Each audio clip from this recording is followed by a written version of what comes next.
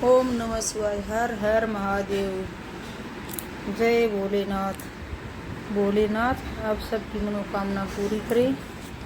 इसी के साथ हम पढ़ने वाले हैं श्रावण महात्म्य कथा अध्याय 9 शुक्रवार की कथा। भगवान शंकर ने संत कुमार से कहा, अब मैं तुम्हें शुक्रवार की कथा कहता हूँ, जिसे सुनकर प्राणी समस्त विपत्तियों से छूट जाता है। पांडव वंश में एक राजा था जिसका नाम सुशील था। उसके यहाँ कोई संतान नहीं थी। उसकी पत्नी का नाम केसी था। पुत्र न होने के कारण वह उदास रहने लगी। रानी स्त्री स्वभाव के कारण हर महीने कपड़ों को अपने पेट पर लपेटकर पेट की वृद्धि करती रही। इस प्रकार साहस के कारण सब परिस्थिति के अनुसार केसी किसी गर्भवती स्त्री को खोजती रही। स्वयं वंश उसने गर्भवती पुरोहित की पत्नी को देखा। कपटी रानी ने प्रसव के समय में दाई का कार्य करने वाली अन्य किसी स्त्री को इस काम के लिए नियुक्त किया। उस दाई को एकांत में बहुत सा धन दिया और अपने गर्भ के अनुकरण की सब बातें कह सुनाई। पुरोहित की पत्नी का प्रसव का समय नजदीक आया। यह सुन उसी तरह दाई ने भी अपने वचन का पालन किया। पुरोहित की पत्नी दाई की बात नहीं जानती थी। अंत वह दाई की बातों का पालन करती थी। दाई ने पुरोहित की स्त्री के नेत्र पर पट्टी बांध दी और उसके उत्पन्न हुए पुत्र को रानी के पास भेज दिया। इस प्रकार रानी के पास उस पुरोहितानी के पुत्र के पहुंच जाने की किसी को कानों कान खबर न हुई। इस नाटक को कोई न जान सका। रानी ने अपनी दासियों द्वारा राजा को खबर करा दी कि उनके यहाँ लड़का पैदा हुआ है। उधर दाई ने पुरोहितानी के नेत्रों से पट्टी खोल दी। वह अपने साथ मांस की एक पिंडी लाई थी। दाई ने पुरोहितानी को वह मांस की पिंडी दिखाते हुए कहा, यह अनिष्ट हुआ है, अपने पति से इसकी शांति करवाना। पुत्र नहीं हुआ तो न सही, तुम्हारे प्राण तो बच गई। पुरोहित की स्त्री सोचने लगी, कहीं दाई ने मेरे साथ कपट तो नहीं किया। राजा ने जब पुत्र उत्पन्न होने की बात सुनी तो जात कर्म आदि करके ब्राह्मणों को गज, असव, रथ आदि दान में दिए। जो बंदी खाने में बंद थे सबको छोड़ दिया। राजा ने उसका नाम प्रियव्रत रखा। श्रावण मास प्रारंभ होने पर पुरोहित की स्त्री ने शुक्रवार के दिन भक्ति द्वारा जीवंतिका की पूजा अर्चना की। दीवार पर बहुत से लड़कों के सहित जीवंतिका की तस्वीर बनाई और 5 दीपक जलाकर पुष्पमाला से पूजा अर्चना की। गेहूं के आटे के दीपक बनाकर जलाती और स्वयं भी गेहूं के आटे को शुद्ध घी में पकाकर भोजन करती। भोजन के पश्चात जीवंतिका से प्रार्थना करती, जहाँ पर भी मेरा पुत्र हो उसे सुरक्षित रखना। इस प्रकार प्रार्थना करने के पश्चात वह कथा सुनती और यथाविधि नमस्कार करती।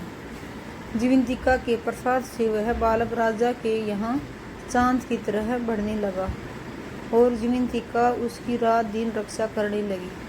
कुछ समय बाद राजा का सर्वनाश हो गया। पितृभक्त पुत्र ने पिता की पारलौकिक क्रिया संपन्न कराई। इसके बाद मंत्रिमंडल ने उसको राज सिंहासन पर बैठा दिया। उसने कुछ काल तक राज्य का प्रशासन भली भांति किया। इसके पश्चात वह राज्य का भार मंत्री को सौंपकर पितृशरण से मुक्ति पाने के लिए गया जी को रवाना हो गया। उसने यह यात्रा कार्तिक वेश में की। रास्ते में वह किसी गृहस्थी के घर पर ठहरा। उस गृहस्थी के यहाँ पुत्र हुआ था। इससे पहले के 5 पुत्रों को षष्ठी देवी ने मार डाला था, परंतु इस बालक को षष्ठी देवी नहीं मार सकी। राजा के वहाँ रहने के कारण जीवंतिका देवी उसकी रक्षा कर रही थी। गृहस्थ ने जब अपने लड़के को जीवित अवस्था में देखा तो उसका पक्का विश्वास हो गया कि यह बालक अतिथि राजा के कारण ही जीवित है। उसने राजा से एक दिन घर पर ठहरने की कृपा की, क्योंकि आपकी कृपा से ही मेरा यह छठा पुत्र जीवित है। गृहस्थ के प्रार्थना पर राजा एक दिन के लिए उनके यहाँ रुक गया। फिर वह गया जी चला गया और वहाँ पिंड देने लगा। पिंड देते समय उसे बड़ा आश्चर्य हुआ। उसने देखा कि पिंड को ग्रहण करने के लिए 2 हाथ बढ़ाकर निकले हैं। एक विद्वान ब्राह्मण से उसने पूछा, यह सब क्या मामला है? ब्राह्मण बोला, ये दोनों हाथ तुम्हारे पिता के हैं। घर जाकर अपनी माता से पूछना कि ऐसा क्यों हुआ, तुम्हारी माता ही बताएगी। लौटते समय राजा फिर उसी गृहस्थी के यहाँ ठहरा। उसके यहाँ अब दूसरा पुत्र पैदा हुआ था, जो केवल 7 दिन का था।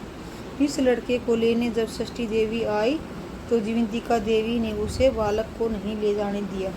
षष्ठी देवी ने जीवंतिका देवी से पूछा, आप इन लड़कों को क्यों बचा रही हैं?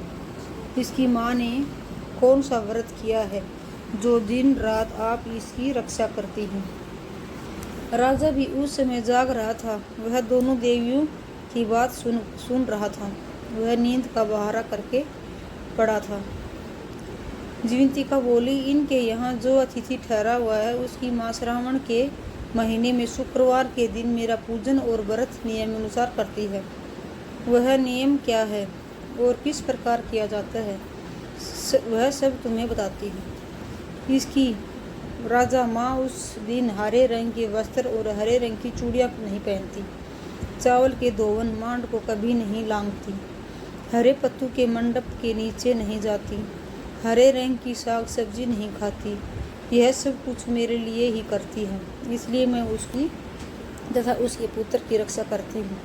षष्ठी देवी और जीवंतिका देवी का वार्तालाप सुनकर राजा सुबह उठकर अपने राज्य में आया। राजा ने अपनी माता से पूछा, हे माता, आप जीवंतिका का व्रत करती हैं तो उसकी विधि क्या है? राजा की माता ने उत्तर दिया, मैं जीवंतिका का व्रत नहीं करती, इसलिए मुझे उसकी विधि का ज्ञान नहीं है। यह सुनकर राजा को बड़ा आश्चर्य हुआ और सोचने लगा कि मेरी माता कौन है। राजा ने गया यात्रा के फल प्राप्त ब्राह्मणों तथा सुहागिनों को भोजन कराने की इच्छा प्रकट कर उनके यहाँ हरे वस्त्र, हरी चूड़ियाँ आदि भिक्षार्थ भिजवाए। दूत ने सबके यहाँ संदेशा दिया कि आप सब राजा के यहाँ भोजन करने आए। पुरोहित की पत्नी ने राजदूत से कहा, मैं हरे रंग की कोई चीज़ नहीं लेती।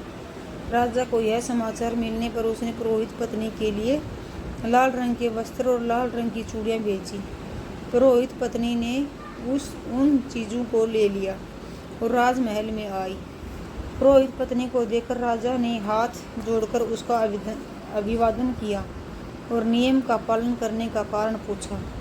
उसने इसका कारण शुक्रवार व्रत बताया।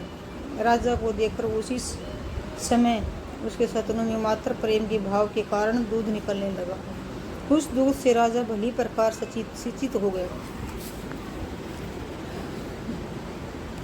गया में 2 हाथ निकलने से तथा रास्ते में गृहस्थी के यहाँ देवी से बातचीत और सतनों से दूध निकलने से राजा को पक्का विश्वास हो गया कि उसकी माता है। राजा ने पूछा, हे माते, भय मत करो और मुझे मेरे जन्म का सही हाल बताओ। सुकेसिनी ने उसके जन्म के सब तथ्य बता दिए। राजा ने प्रसन्न होकर अपना जन्म देने वाले माता पिता को नमस्कार किया और उनको सम्मानित देकर उनका सम्मान बढ़ाया। एक दिन रात को राजा ने जीवंतिका से प्रार्थना की, हे देवी, मेरे जन्मदाता पिता तो मौजूद हैं, फिर गया में पानी से 2 हाथ किसके निकले थे?